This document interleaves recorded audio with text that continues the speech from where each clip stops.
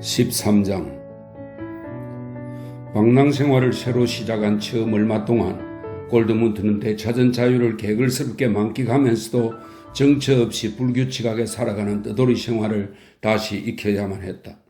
누구한테도 순종하지 않고 오직 날씨와 계절에만 의존하며 앞날에 어떤 목표도 없이 하늘을 지붕삼아 아무것도 소유하지 않고 그때그때 닥치는 온갖 우발적 상황에 자신을 내맡긴 채 정처 없이 떠도는 나그네들은 순진하고도 용감한 가련하고도 굳센 삶을 영위한다. 그들은 나군에서 추방된 아담의 후예들이며 순진무구한 동물들의 형제인 것이다. 그들은 하늘이 직접 주시는 것을 시시각각으로 받아들인다. 그들에게 주어지는 태양과 비, 안개와 눈, 따스함과 추위, 평온함과 공경 따위는 때를 맞추어 찾아오지 않는 법이다. 거기엔 그 어떤 역사도 인위적 노력도 없으며 집을 가진 사람들이 너무나 절망적으로 매달리는 발전과 진보라는 기이한 우상도 존재하지 않는다. 방랑자 가운데는 섬세한 사람도 있고 거친 사람도 있다. 솜씨가 좋은 사람이 있는가 하면 아둔한 사람도 있게 마련이다. 또 용감한 사람도 있고 불안해하는 사람도 있을 수 있다. 그렇지만 어느 경우든 그들은 하나같이 마음속으로는 어린아이와 같다. 언제나 세상에 처음 태어난 날의 어린아이처럼 태초의 인간처럼 살아가는 것이다. 방랑자는 언제나 최소한의 단순한 욕구와 필요에 따라 살아간다. 그는 영리한 사람일 수도 있고 어리석은 사람일 수도 있다. 또 일체의 삶이 얼마나 부서지기 쉽고 덧없는 것인가를, 또 살아있는 모든 존재가 얼음장처럼 차가운 우주 공간 속에서 얼마나 가련하고 불안하게 자신의 얼마 안 되는 따뜻한 피를 순환시키고 있는가를 깊이 체득할 수도 있고, 그렇지 않으면 유치하고 탐욕스럽게 줄인 배의 명령에만 따를 수도 있다. 어느 경우든 방랑자는 무언가를 소유하면서 정착해 있는 사람에 맞서는 적대자이다. 무언가를 소유하면서 정착해 살아가는 사람들은 방랑자를 미워하고 경멸하며 두려워한다. 그런 사람들은 모든 존재가 덧없고 일체의 생명이 끊임없이 시들어간다는 사실을 상기하고 싶지 않고 우리를 둘러싼 우주를 가득 채우고 있는 가차없이 냉혹한 죽음을 상기하고 싶지 않기 때문이다. 방랑생활의 천진함과 모성적 근원, 법칙과 정신으로부터의 일탈, 그리고 자기 자신을 버리고 늘 은밀하게 죽음에 가까워지려는 속성은 이미 오래전부터 골드문트의 영혼에 깊이 각인되어 있었다. 그럼에도 그의 내면과 정신과 의지가 살아있었고 또 그가 예술가라는 사실은 그의 삶을 풍요롭고도 고단하게 만들었다. 사실 모든 생명은 분열과 모순을 통해 풍요로워지고 꽃을 피운다. 도취의 상태를 알지 못한다면 이성과 냉철함이 무슨 소용이 있으며 그 뒤에 죽음이 도사리고 있지 않다면 관능적 욕망이 무슨 의미가 있단 말인가. 이성간의 영원한 대립이 없다면 사랑이란 또 무슨 의미가 있겠는가. 여름이 가고 또 가을이 저물었다. 골드문트는 몇 달에 걸쳐 척박한 겨울을 간신히 넘겼으며 달콤한 향기를 풍기는 봄철에는 황홀경에 빠져 사방을 떠돌아다녔다. 계절은 너무나 빨리 흘러갔고 언제나 그랬듯이 여름날의 높은 태양은 너무나 빨리 떨어졌다. 그렇게 해가 바뀌고 또 바뀌었다. 골드문트는 마치 이 세상에는 굶주림과 사랑, 그리고 조용히 은밀하게 바뀌는 계절의 순환 말고도 또 다른 것들이 존재한다는 사실을 까맣게 잊어버린 사람 같았다. 그는 충동대로 살아가는 원초적인 모성의 세계에 흠뻑 빠져 있는 것 같았다. 그렇지만 꽃이 피고 지는 골짜기를 내려다보며 꿈을 꾸거나 생각에 잠겨 휴식을 취할 때마다 그는 직관으로 충만한 예술가로 되돌아가 자신을 어디론가 몰아붙이는 친숙한 삶의 무의미를 정신의 힘으로 몰아내고 의미 있는 것으로 바꾸어 보고픈 고통스러운 열망에 시달렸다. 빅토르와 혈투를 벌인 후로는 늘 혼자서만 다녔던 골드문트였지만 한 번은 어떤 남자를 만나게 되었다. 그 친구는 골드문트가 의식하지 못하는 사이에 동행이 되어 한동안은 그에게서 벗어날 수 없었다. 하지만 그 친구는 빅토르와 같은 부류는 아니었고 로마 순례자였다. 두근 달린 수도복에 순례자 모자를 쓴 그 이름은 로베르트였고 보데노 부근의 고향이었다. 목수의 아들로 태어나 한동안은 성 갈루스 수도원 학교에 다닌 적도 있는 이 사람은 일찍이 소년 시절부터 로마 순례를 꿈꾸어 왔는데 늘 그 소망을 이루기를 염원하다가 마침내 실행에 옮길 첫 기회를 포착했다. 그 기회란 아버지의 죽음이었다. 그는 아버지의 공방에서 목수일을 도와주고 있었던 것이다. 노인네의 장례식을 치르자마자 로베르토는 모친과 누이에게 당장에 자신의 충동을 달래고 또 자신과 부친이 지은 죄를 속죄하기 위해 로마로 순례를 떠나기로 결심했다고 선언했다. 여인들은 애원도 해보고 꾸짖어 보기도 했지만 소용이 없었다. 그는 고집을 꺾지 않았다. 그리하여 어머니의 축복도 받지 못한 채 누이한테는 성난 욕설을 들으며 두 여인을 돌보는 대신 순례길에 올랐던 것이다. 그를 충동질한 것은 무엇보다 방랑심이었고 아울러 피상적인 신앙심도 가세했다. 말하자면 교회의 유적지와 종교시설들이 가까이 있는 곳에 머물고 싶었던 것이며 예배와 세례, 무덤과 미사, 성스러운 향기와 촛불에서 희열을 맛보고 싶었던 것이다. 그는 라틴어를 약간 할 줄 알았지만 그의 소박한 영혼이 갈구하던 만큼의 학식은 얻지 못했고 다만 예배당의 둥근 천장 그늘 아래에서 조용히 명상에 잠겨 신앙에 몰두할 따름이었다. 그는 소년 시절에는 미사를 도와주는 일에 열성을 다해 헌신했다. 골드문트는 그 친구를 진지하게 대하지는 않았지만 호감을 가지고 있었다. 방랑생활과 낯선 곳에 충동적으로 빠져드는 기질이 친숙하게 느껴졌던 것이다. 그 무렵 로베르트는 만족스러운 방랑을 마치고 로마까지도 다녀온 참이었다. 수많은 수도원과 사제관에 들러 손님으로 받아주기를 요구하기도 했고 산악지대와 남쪽 나라를 구경하기도 했다. 로마에서는 온갖 교회와 종교시설들에 파묻혀 대단히 만족했고 수백 번이나 미사에 참석했으며 성스러운 장소로 이름난 곳에서는 예배를 드리고 성사의 기쁨을 맛보았다. 그리하여 젊은 시절에 지은 보잘것없는 죄와 부친의 죄를 속죄하는 데 필요한 것보다 훨씬 많은 신앙의 향기를 들이마셨다. 그렇게 1년 넘게 바깥 세상을 떠돌다가 마침내 다시 고향집에 돌아왔으나 아무도 그를 돌아온 탕자처럼 반겨주지 않았다. 그 사이에 누이는 집안의 책무와 고난을 완전히 떠맡았고 부지런한 목수 조수를 고용하여 결혼까지 하고는 집안 살림과 공방을 너무나 완벽하게 꾸려가고 있었기에 귀양자는 잠깐 집에 머물고 나서 자기가 필요 없다는 것을 알게 되었다. 곧 다시 집을 떠나겠다고 말했을 때에도 남아있으라고 만류하는 사람이 아무도 없었다. 그는 심각하게 받아들이지 않았고 모친이 저금해둔 푼돈을 받아내어 다시 순례자의 차림을 하고서 새로운 순례길에 올랐다. 그리하여 아무런 목표도 없이 독일 땅을 떠돌아다니는 어정쩡한 떠돌이 수도자가 되었던 것이다. 그렇게 해서 로베르트는 골드문트를 만나게 되었다. 그는 하루 동안 골드문트와 동행하면서 방랑 생활의 추억담을 주고받더니 바로 다음 소도시에서 자취를 감추었다가 다시 여기저기서 마주치면서 마침내는 골드문트의 곁에 눌러 앉게 되었다. 그는 부침성이 있고 호의를 곧잘 베푸는 동반자였다. 골드문트는 그에게 무척 호감을 샀다.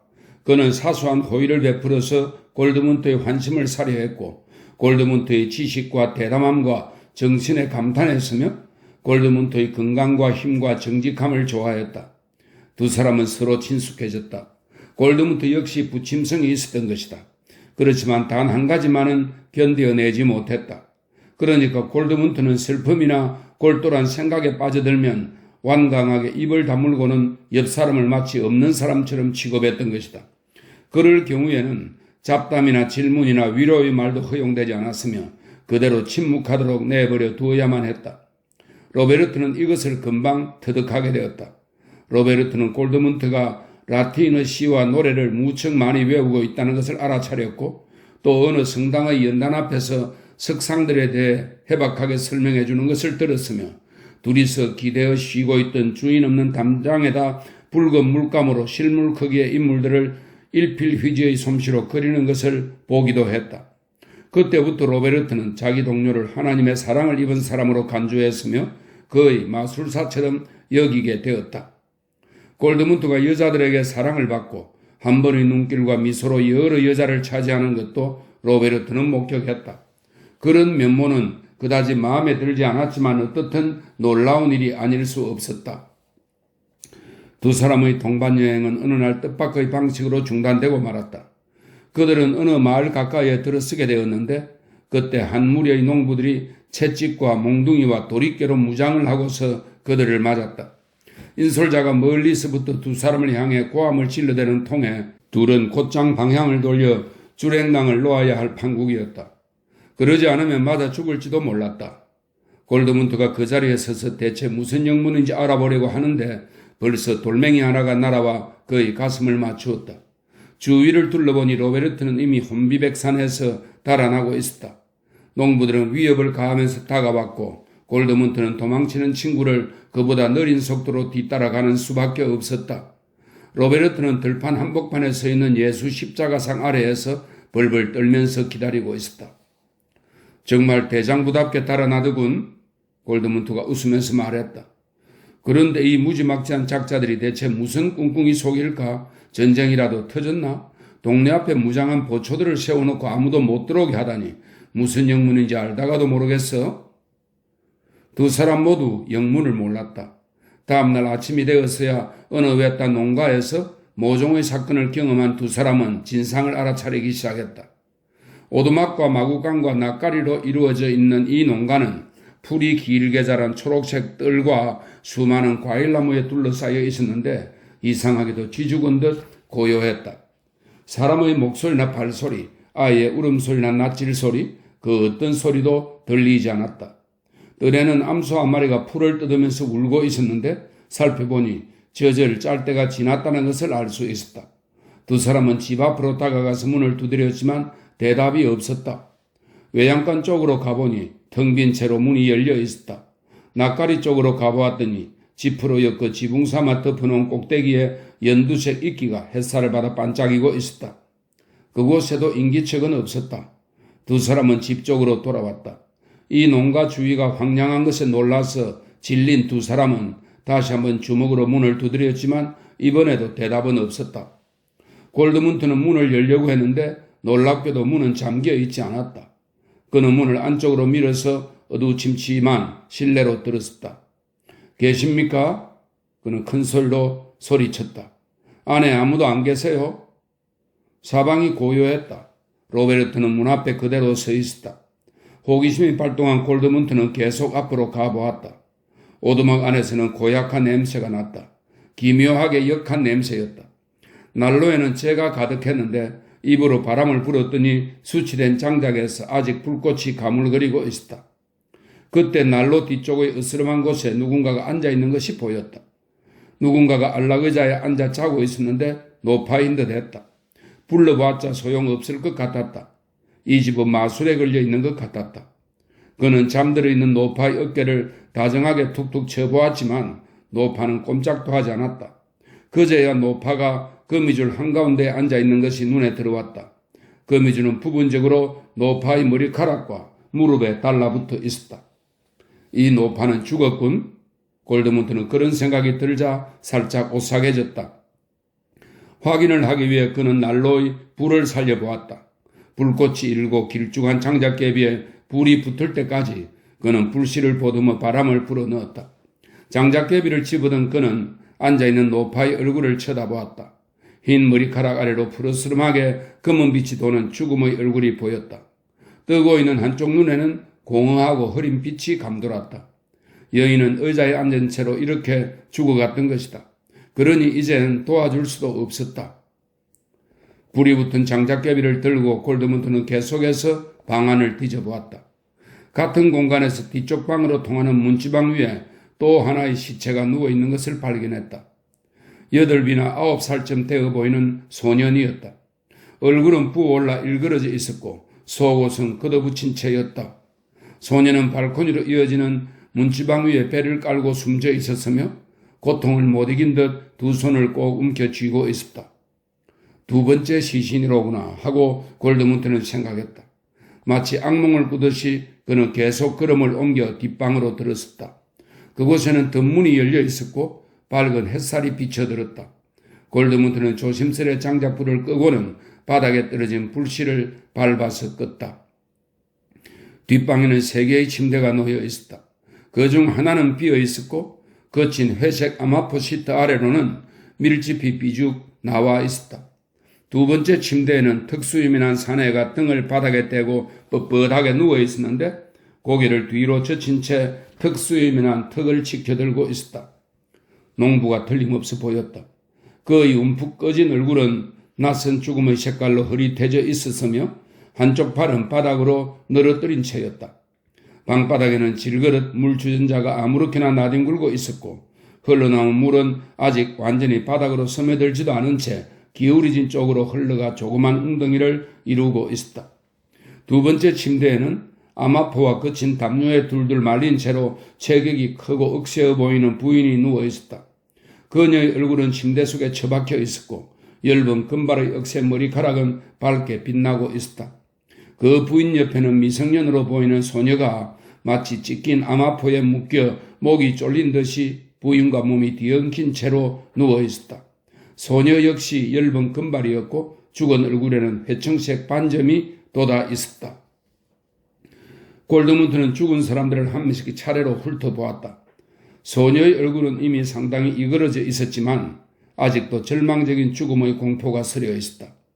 어머니의 뺨과 머리카락은 너무나 거칠게 침대 깊숙이 파묻혀 있었지만 거기서도 분노와 불안 그리고 필사적으로 달아나려고 했던 흔적을 엿볼 수 있었다. 말하자면 드세 머리카락은 죽음에 결코 순응하려 들지 않았던 것이다. 농부의 얼굴에는 저항의 기색과 꾹 눌러 참은 고통의 기색이 역력했다.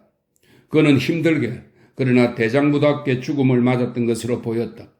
그의 수염난 얼굴은 마치 싸움터에서 전사한 병사의 그것처럼 꼿꼿하고도 뻣뻣하게 허공으로 치켜져 있었다. 차분하고 당당한 데다 고통을 참아낸 흔적마저 엿보이는 그의 자세는 아름다웠다. 이렇게 죽음을 맞은 사람이라면 째째하거나 비겁한 인간은 아니었을 것이다. 그런데 배를 문지방에 깔고 누워있는 어린 소년의 죽음은 가슴을 찡하게 했다. 소년의 얼굴은 아무것도 말해주지 않았지만 문지방 위에 누워있는 자세나 꼭 움켜쥔 작은 주먹은 많은 것을 말해주고 있었다. 의지할 데 없는 고통의 흔적과 극한의 고통에 맞선 절망적인 저항의 흔적이 엿보였던 것이다.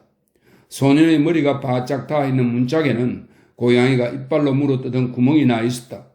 골드문트는 모든 것을 주의 깊게 관찰했다. 물어볼 것도 없이 오두막집은 대단히 끔찍스러워 보였고 시체에서 풍기는 냄새가 지독했다. 그럼에도 이 모든 것은 골드문트를 강하게 사로잡았다. 이 모든 것에는 거대한 숙명의 분위기가 감돌았던 것이다. 있는 그대로가 거짓없는 진실이었으며 이 모든 것에서 풍기는 모종의 분위기가 그에게 애정을 불러일으켰고 그의 영혼 깊숙이 파고들었다. 그러는 사이 바깥에 있던 로베르트는 초조하고 불안했던지 골드문트를 부르기 시작했다. 골드문트는 로베르트를 좋아했지만 이 순간만큼은 불안과 호기심과 온갖 유치한 작태에서 벗어나지 못하는 살아있는 인간이란 죽은 자들과 비교하면 얼마나 째째하고 보잘것없는 존재일까 하는 생각이 들었다. 그는 로베르트에게 대답하지 않았다. 그는 예술가들이 그러하듯 이 진심 어린 연민과 냉정한 관찰 정신이 기묘하게 뒤섞인 상태에서 넋을 잃고 죽은 자들을 바라보고만 있었다. 누워있는 인물들과 앉아있는 인물을, 그들의 머리와 손과 죽던 당시의 동작을 면밀히 관찰했다. 마술에 걸려있던 이 오두막은 얼마나 고요한가, 이 얼마나 기이하고 끔찍스러운 냄새인가. 인간의 이 작은 보금자리에는 아직도 화토불의 흔적이 가물거리고 있건만 너무나 괴기스럽고 슬프게도 죽음들의 거처가 되고 있으며 완전히 죽음으로 가득 차 있는 것이다. 이제 곧 이 고요한 형상들의 뺨에서 살이 떨어져 나갈 것이며 쥐들이 그들의 손가락을 뜯어먹을 것이다. 관과 무덤 속에 누워있는 다른 인간들이 잘 갈무리 된 채 보이지 않게 수행하는 최후의 처참한 작업. 부패와 소멸을 여기 누워있는 5사람은 자기 집 자기 방에서 수행하고 있는 것이다.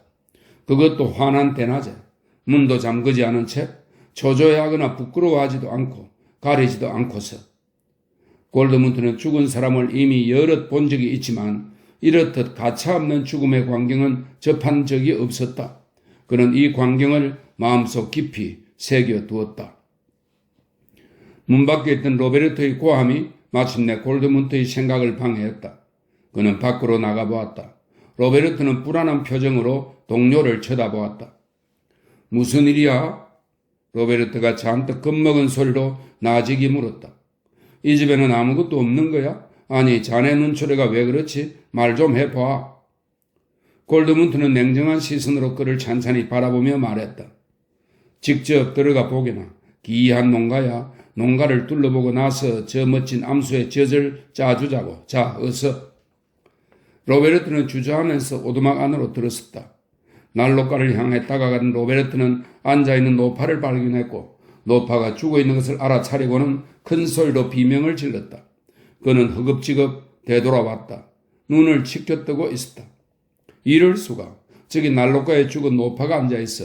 대체 어떻게 된 거지? 어째서 노파 말고는 아무것도 없는 거야. 어째서 노파를 묻어주지 않느냐 말이야. 맙소사, 벌써 썩는 냄새가 나는군. 골드문트는 슬며시 웃었다. 자네는 역시 대장부다워, 로베르트.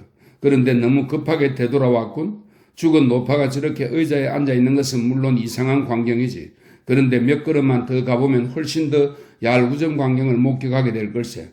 5명이야. 로베르트. 침대에 3명이 누워있고 죽은 소년 하나가 문지방 한가운데에 누워있지. 모두 죽어있어. 온 식구가 죽은 채 누워있지. 이 집은 죽은 집이야. 그래서 아무도 소젖을 짜주지 못한 걸세. 동료는 기겁하고 골드문트를 쳐다보니 갑자기 숨이 넘어갈 듯한 소리로 외쳤다.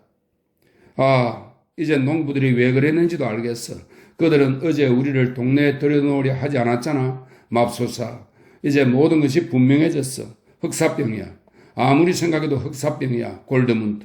그런데 자네는 꽤 오랫동안 저 안에 있었잖아. 아마도 자넨 죽은 사람들을 건드리기도 했겠지. 물러서 나한테 가까이 오지 마. 자넨 틀림없이 감염되었어. 골드문트, 미안하지만 나는 떠나야겠네. 자네와 함께 있을 수 없다고. 로베르트는 벌써 달아나려 했지만 순례자의 옷자락을 붙잡혔다. 골드문트는 무언의 질책을 하듯이 그를 매섭게 바라보면서 버둥거리는 친구를 꽉 붙들었다. 그는 다정하면서도 비웃는 어조로 말했다. 이보게, 자네는 사람들이 생각하는 것보다는 영리하군. 아마도 자네 말이 옳겠지. 그럼 이제 다음번 농가나 마을에서 확인해 보기로 하세. 아마 이 일대에 흑사병이 번진 모양이야. 우리가 무사히 이곳을 빠져나갈 수 있는지 두고 보자고. 그렇지만 자네가 달아나게 놓아줄 수는 없어. 보다시피 나는 인정 많은 사람일세. 나는 너무 마음이 약하다고. 자네가 안에 들어갔다가 감염되었을 경우를 생각해 보라고. 그런데도 자네가 달아나도록 놓아준다면 들판 어디에선가 뻗어 있다가 죽고 말겠지? 완전히 홀로 말이야. 아무도 자네 눈을 감겨주지 못할 테고 묘지를 쓰고 흙을 뿌려주지도 못할 것 아닌가? 그래서는 안 되지. 만일 그렇게 된다면 나는 비통해서 숨이 막힐 것에. 그러니 정신 차리고 내 말을 명심하게. 2번 말하지 않겠네. 우리 2 사람은 똑같은 위험에 처해 있어. 자네가 걸릴 수도 있고 내가 걸릴 수도 있단 말이야. 그러니 함께 움직이자고. 그래서 함께 죽던가 아니면 이 저주받을 흑사병으로부터 도망치자고. 자네가 병에 걸려 죽는다면 내가 묻어줄 걸세. 틀림없이 그럴 거야. 그리고 만일 내가 죽게 된다면 자네 좋을 대로 하기나. 나를 묻어주어도 좋고 달아나도 그만일세. 상관하지 않겠어. 그런데 그 전에 슬쩍 달아나면 안 돼. 명심하라고. 우리는 서로를 필요로 하게 될 걸세. 지금은 주둥이 닥치고 있어. 무슨 말을 해도 듣지 않을 테니까. 외양간 같은 데서 두레박을 찾아보라고. 이제 소젖을 짜야 하니까. 일은 그렇게 되었다. 그 순간부터 골드문트는 명령을 내리고 로베르트는 명령에 따르게 되었으며 그런 관계는 순조로웠다. 로베르트는 이제 더 이상 달아나려고 하지 않았다. 그는 다만 달래듯이 이렇게 말했을 뿐이다. 나는 잠시 자네가 걱정이 됐을 뿐이야. 이 죽음의 집에서 나왔을 때 자네 안식이 좋지 않아 보였거든. 그래서 흑사병을 옮겨왔다고 생각했지. 그렇지만 흑사병에 걸리지 않았더라도 자네 안식은 바뀌었을 것이야. 안에서 본 광경이 그렇게 고약했나? 고약하지 않았어. 골드문트가 머뭇거리며 말했다. 내가 집안에서 보았던 것은 우리가 흑사병에 걸리지 않더라도 나와 자네 그리고 만인 앞에 기다리고 있는 것일 뿐이야. 다시 길을 떠난 2 사람은 도처에서 이 지역을 뒤덮고 있는 흑사병과 마주쳤다. 상당수의 마을에서는 낯선 사람을 아예 들여놓지 않았고 또 어떤 마을에서는 아무런 방해도 받지 않고 모든 길거리를 활보할 수 있었다. 많은 농가가 인적도 없이 버려져 있었고 장례를 치르지 못한 수많은 죽음이 들판이나 방 안에서 썩어가고 있었다. 젖을 짜주지 못했거나 굶주린 소들이 외양간에서 울고 있거나 들판에서 사납게 뛰어다니고 있었다. 두 사람은 많은 소와 염소의 젖을 짜주고 먹이를 주었으며 또 숲 언저리에서 새끼 염소와 돼지를 여러 마리 잡아 구워 먹으면서 임자 없는 집의 광에서 꺼내온 포도주와 과실주를 마시기도 했다. 두 사람은 넘칠 만큼 풍족해졌다. 하지만 그런 풍요를 만끽할 수만은 없었다. 로베르트가 갈수록 흑사병을 겁냈기 때문이다. 그는 시체를 보면 구역질을 해댔고 곧잘 공포심 때문에 완전히 정신을 잃곤 했다. 그는 자꾸만 자기가 감염되었다고 생각했으며 모닥불 연기 속에 자신의 머리와 손을 길게 늘어뜨리곤 했다. 그렇게 하면 효험이 있다고 믿었던 것이다. 심지어 잠자리에서도 자기 몸을 만져보곤 했는데 발이나 팔 혹은 겨드랑이에 종양이 생기지 않았나 불안했던 것이다. 골드문트는 그를 여러 번 꾸짖기도 하고 비웃어 주기도 했다. 그는 친구처럼 겁도 내지 않았고 구역질도 하지 않았다. 그는 긴장되고 엄울한 기분으로 이 죽음의 땅을 통과해 가면서 이 엄청난 죽음의 광경에 섬뜩하게 끌렸다. 그의 영혼은 마치 한창 때의 가을날 같은 조락의 분위기에 휩싸였으며 그의 가슴은 커다란 낫이 풀을 베듯 생명을 베는 소리로 무거웠다. 때때로 영원한 어머니의 모습이 나타났다. 그 커다랗고 창백한 얼굴에는 메두사의 눈이 달려 있었고 온통 고뇌와 죽음뿐인 무거운 미소가 흘렀다. 두 사람은 어느 소도시에 다다랐다. 그 도시는 요새처럼 단단히 방비가 되어 있었다. 집 높이의 방호도로가 성문에서부터 성벽 전체를 빙 둘러 만들어져 있었지만 성루 위나 열려있는 성문 어디에도 보초병은 보이지 않았다. 로베르트는 이 도시에 들어서기를 주저했으며 친구한테도 그러지 말자고 애원했다. 그러는 사이에 종소리가 들려왔다. 시체가 성문 쪽으로 올라오고 있었는데 손에는 십자가를 들고 있었다. 그의 뒤에는 짐술의 세대가 따라오고 있었다. 그중 2대는 말이 끌었고 한 대는 황소 2마리가 끌고 있었다. 수레는 꼭대기까지 시체로 가득 차 있었다. 기이한 외투를 걸친 인부 몇 명이 성직자용 두건 속에 얼굴을 숨긴 채 그 옆에서 따라 걸으며 마소를 채근하고 있었다. 로베르트는 얼굴이 하얗게 질리면서 정신을 차리지 못했고 골드문트는 약간 거리를 두고 장이 수레를 따라갔다. 일행은 200~300걸음 정도를 갔다. 거기는 공동묘지가 아니었고 텅 빈 황무지 가운데에 구덩이가 파여 있었다. 구덩이의 깊이는 3삽 정도밖에 되지 않았지만 넓이는 강당만 했다. 골드문트는 인부들이 막대기와 선박용 갈고리로 죽은 자들을 수레에서 끌어내려 거대한 구덩이 속으로 내던져 쌓아 올리는 모양을 지켜보고 있었다. 그러는 사이에 사제는 뭐라고 중얼거리며 구덩이 위로 십자가를 흔들고는 자리를 떴다. 이윽고 인부들은 평평한 무덤 주위에 사방팔방으로 불을 질러놓고는 말없이 서둘러 시내로 돌아갔다. 아무도 무덤에다 흙을 뿌릴 생각조차 하지 않았다. 골드문트는 아래를 내려다 보았다. 무덤 속에는 신구 이상의 시체가 들어있을 것 같았다. 서로 마구 포개어져 있고 대다수는 옷도 입지 못한 상태였다. 이곳저곳에서 팔이나 다리가 애운하듯이 뻣뻣하게 흑공으로 치솟아 있었고 속옷 자락이 힘없이 바람에 너풀거렸다. 골드문트가 돌아오자 로베르트는 그의 무릎을 꿇다시피 하면서 한시바삐 여기를 떠나자고 애원했다. 로베르트가 그렇게 통사정을 하는 데는 그럴 만한 이유가 있었다. 그는 골드문트의 초점 잃은 눈에서 익히 잘 아는 눈빛, 넉나간 듯이 멍한 표정을 읽어냈다. 그것은 친구가 무서운 곳에 빨려들었다는 뜻이요, 끔찍스러운 호기심이 발동했다는 뜻이었다. 그는 친구를 제지하지 못했다. 골드문트는 혼자서 시내로 들어갔다. 골드문트는 아무도 지키지 않는 성문을 통과했다.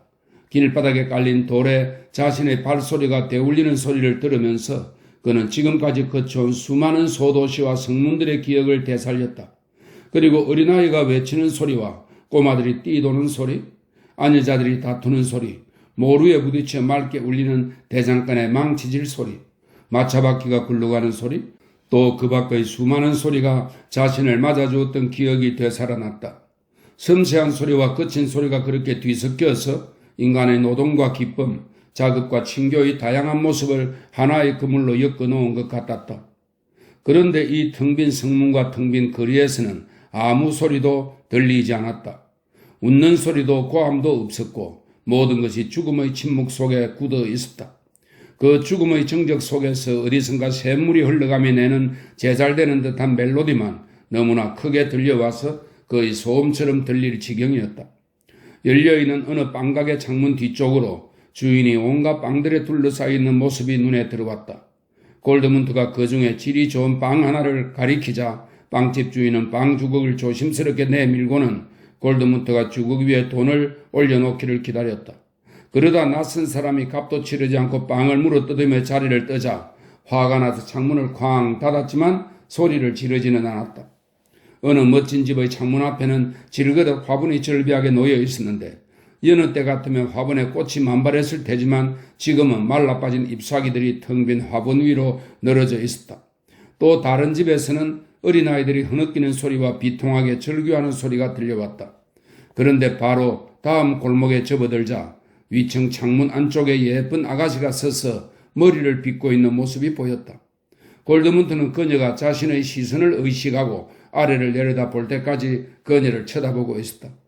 그녀는 얼굴을 붉히며 그를 바라보았고 그가 다정한 미소를 지어 보이자 그녀의 붉게 물든 얼굴에도 서서히 엷은 미소가 번지는 것이었다.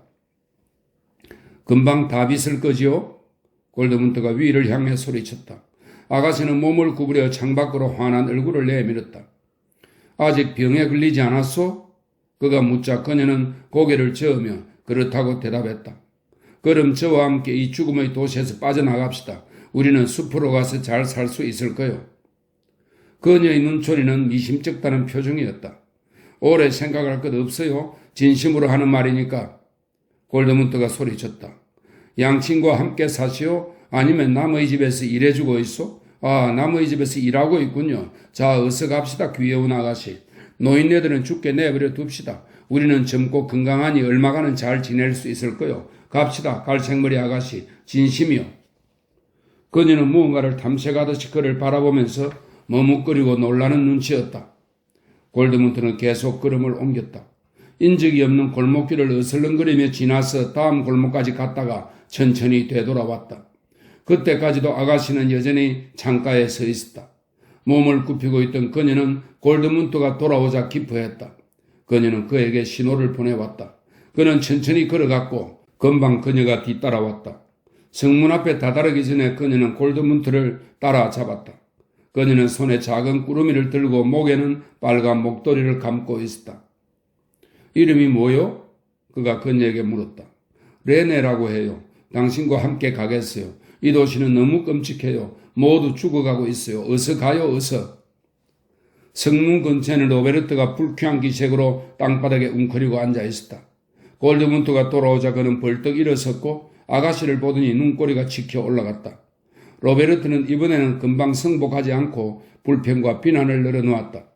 이 저주받은 흑사병 구덩이에서 사람을 꺼내와서 함께 가더라도 참아줄 거라 생각하는 모양인데 그것은 세상에 둘도 없는 미친 짓이며 하나님이라도 참지 못할 것이라고 우기는 것이었다.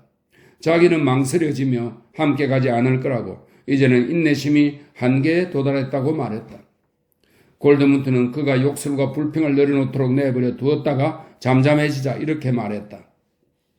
자, 그만하면 우리한테 들려줄 노래는 실컷한 셈이야. 이제 자네는 우리와 함께 가게 될 거야. 그리고 이렇게 멋진 길동무가 생겨서 기뻐하게 될 거야. 이 여성의 이름은 레네라고 해. 나와 함께 있기로 했지. 자네한테도 기쁜 소식을 전해주겠네. 로베르트, 자, 들어보라고. 지금부터 한동안 우리는 조용히 건강한 생활을 하면서 흑사병을 피할 생각이야. 이제 빈집이 있는 멋진 장소를 찾으려고 하네. 아니면 우리가 직접 집을 지어도 좋지? 그 집에서 나와 레네는 집주인과 안주인이 되는 걸세. 그리고 자네는 우리의 친구가 되어 우리와 함께 사는 거지. 이제 좀 산뜻하고 정다운 생활을 해보자고. 동의하겠지? 아무렴. 로베르트는 기꺼이 동의했다. 다만 레네의 손을 잡으라거나 그녀의 옷을 만지라는 요구는 하지 말라고 단서를 붙였다. 물론이지. 골드문트가 말했다. 그런 요구는 하지 않겠네. 절대 레네의 손가락 하나라도 건드리면 안 돼? 그런 생각조차 해서는 안 된다고. 세 사람은 함께 행진을 계속했다. 처음에는 말이 없다가 차츰 아가씨가 말을 꺼내기 시작했다. 그녀는 다시 하늘과 나무와 초원을 보게 되어 너무나 기쁘다고 했고 흑사병의 도시에서는 말을 할 수 없어서 너무나 끔찍하다고도 했다. 이야기를 하기 시작하면서 그녀는 자기가 목격해야만 했던 슬프고 혐오스러운 장면들의 중압에서 벗어나 기분이 풀렸다. 그녀는 여러 가지 이야기를 들려주었다. 모두 안 좋은 이야기들이었다. 그 작은 도시는 지옥이 틀림없었다. 2명의 의사 가운데 1명은 죽었는데 또 다른 의사는 부자들한테만 왕진을 간다고 했다. 그리고 아무도 치워주지 않기 때문에 수많은 집에서 시체가 썩어가고 있다고 했다.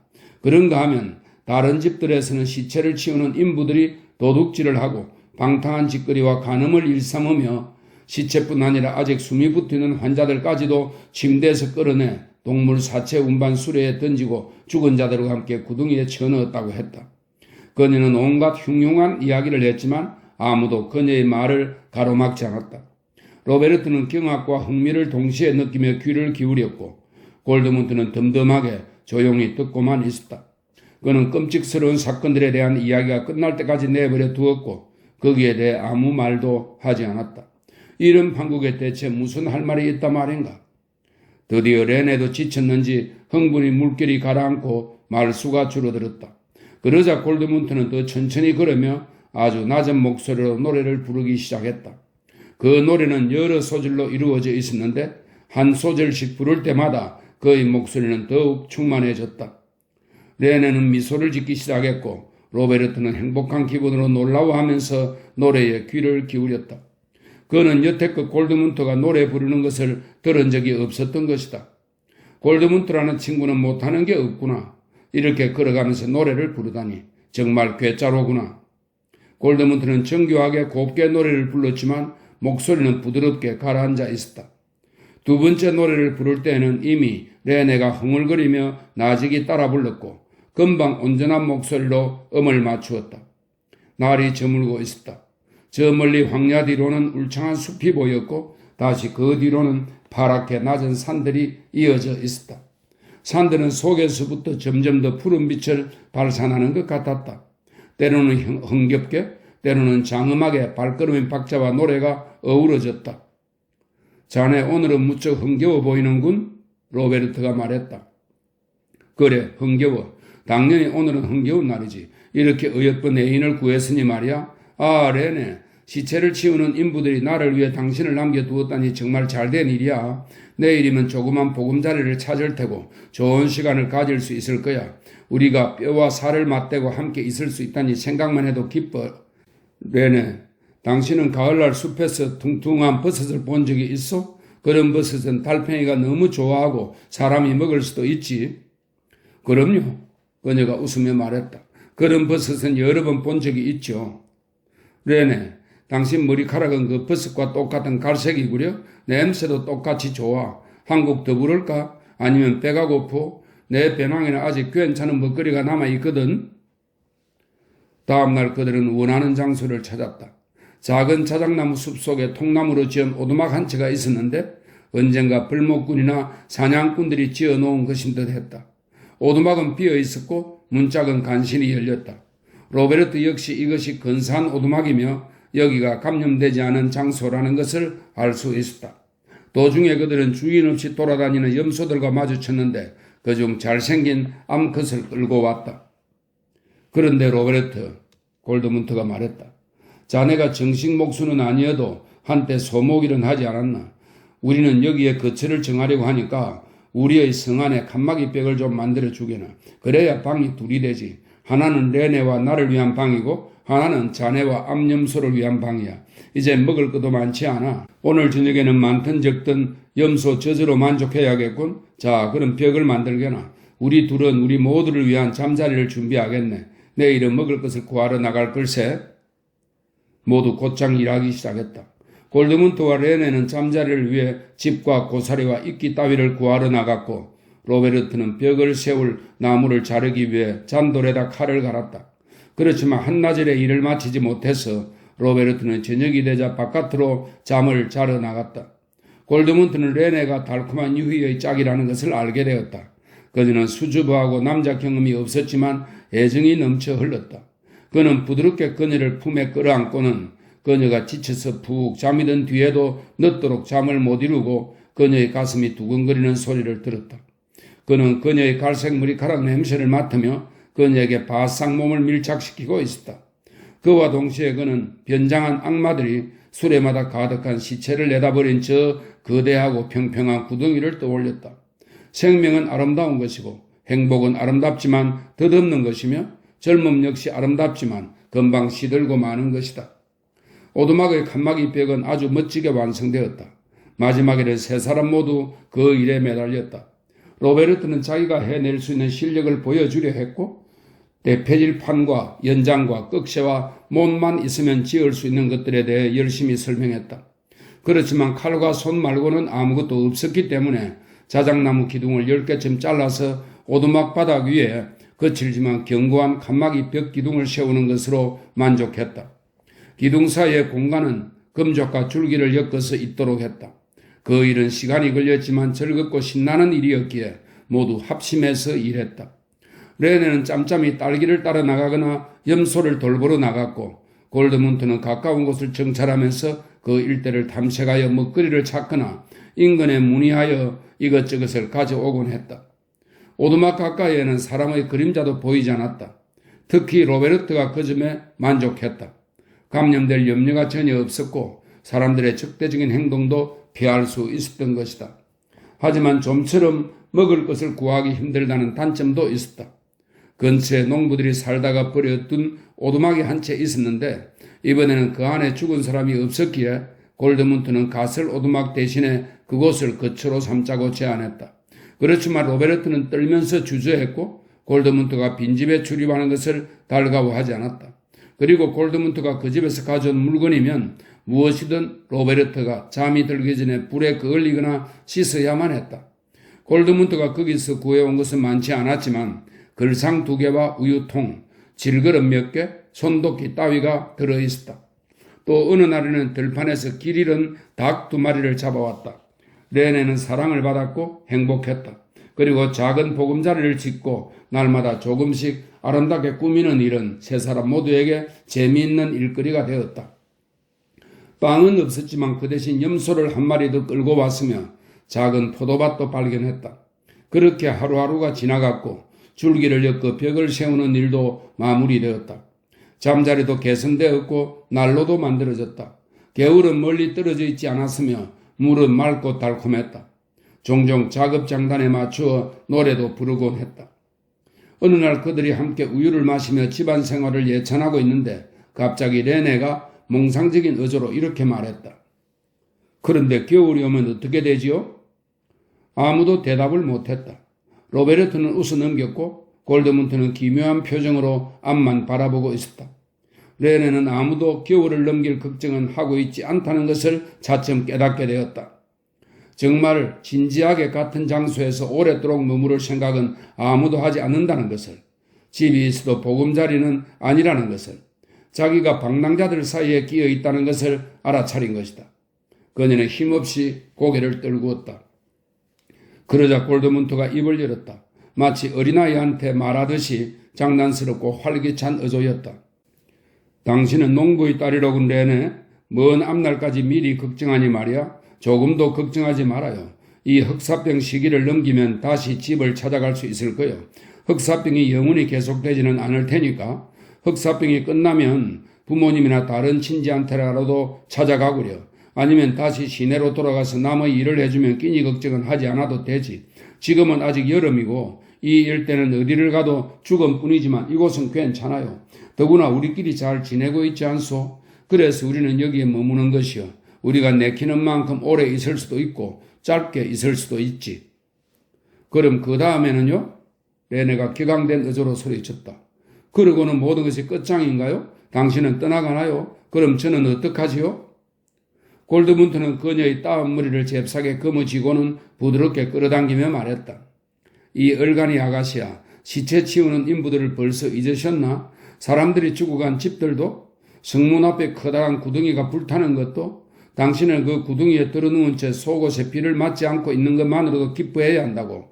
당신은 간신히 빠져나왔고 팔다리에 아직 생명이 붙어 있고 아직도 웃고 노래 부를 수 있다는 사실을 명심해야 한다고. 그녀는 여전히 만족하지 않았다. 하지만 저는 다시 떠나고 싶지 않아요. 그녀가 애원했다. 당신을 떠나보내고 싶지 않아요. 그럴 수는 없어요. 조만간 모든 것이 끝나버리고 지나가고 말 것을 알고 나면 기뻐할 수 없어요. 골드문트는 다시 한번 답변을 해주었다. 그의 목소리는 다정했지만 은근히 위협적인 의조를 담고 있었다. 귀여운 레네, 벌써 세상의 모든 현인과 성인들이 그런 문제 때문에 머리를 싸매고 생각했었지.